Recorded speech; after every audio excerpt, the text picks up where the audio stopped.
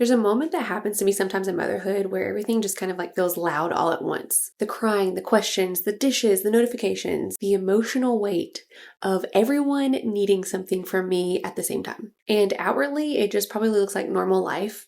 Like, I think that's what I always thought before when I would see moms or just when I see other women and I'm like, man, it doesn't affect them or whatever. Internally, it feels to me like weather. Like I'm standing in the middle of a storm and I'm trying to hold it all together without disappearing inside of it. And for a long time, I thought the goal was to make the storm stop, to become more efficient, more organized, more regulated, more capable. Like if I could just optimize myself enough, maybe I could hold all this together gracefully. But lately I've been wondering if that's the wrong goal entirely. Because I don't think that modern motherhood or modern womanhood is asking women to do one job. I think it's asking women to hold entire ecosystems together. Children, schedules, home, emotions, relationships, careers, sometimes aging parents or grandparents too. And somehow we're expected to carry all of that quietly while still appearing grateful, grounded, and emotionally available. And when we struggle under that weight, we assume that we're failing. But I don't think we are. I think what we're feeling is what happens when human care becomes so isolated. And once I started seeing that, I couldn't unsee it because it's not just motherhood, it's elder care too.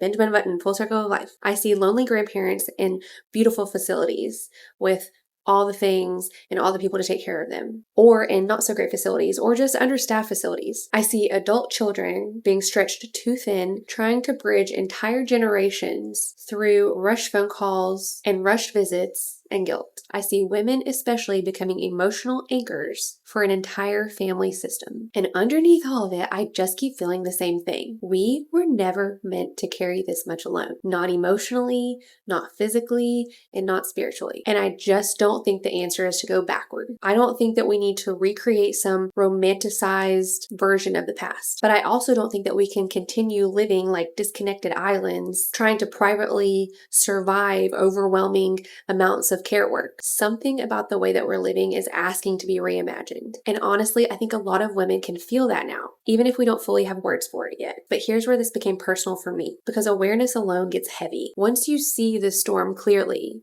what do you actually do with that awareness on a random Tuesday afternoon when the laundry still needs to be folded and your nervous system is overloaded and dinner still has to be done and someone is crying? That's the part I've been sitting with lately. And I think the answer that I'm finding, at least for now, is surprisingly small. Not fixing the storm, not escaping the storm, but learning to find the eye of the storm. Learning how to look for return points. Small moments where I return back to myself instead of disappearing automatically into stress and urgency or resentment. And honestly, these return points are laughably simple sometimes. Sometimes it's putting my hand on my chest before responding, lowering my voice, or even whispering sometimes. That works really great with toddlers instead of raising my voice. Sitting with my kids on the floor for 1 minute instead of multitasking through it. Taking one conscious breath before saying yes to something. Admitting out loud, I am overwhelmed right now.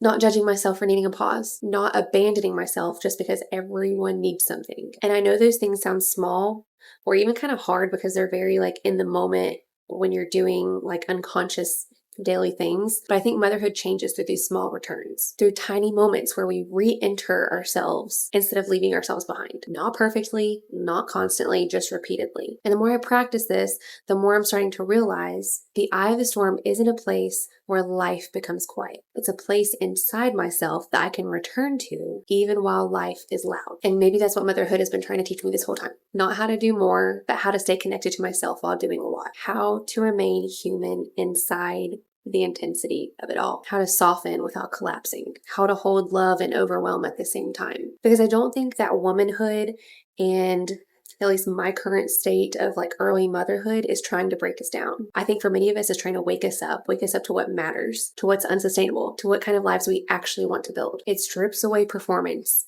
It confronts us with our limits. It forces us to ask these deeper questions about care and presence and community and meaning. And while that process can actually be painful, I also think it can be profoundly humanizing in a profoundly dehumanizing world these days. So no, I don't have a perfect solution and I don't have a 5-step system to fix modern motherhood, but I do think that there's something very powerful about learning how to navigate these storms differently. Not through perfection, not through endless self-optimization, but through return points. Tiny moments of awareness, tiny moments of honesty, tiny moments where we have to come back to ourselves again. And maybe that's where rebuilding starts. Not all at once, but breath by breath, moment by moment, storm by storm. And maybe for today, that's enough. This has been another echo from the eye of the storm within.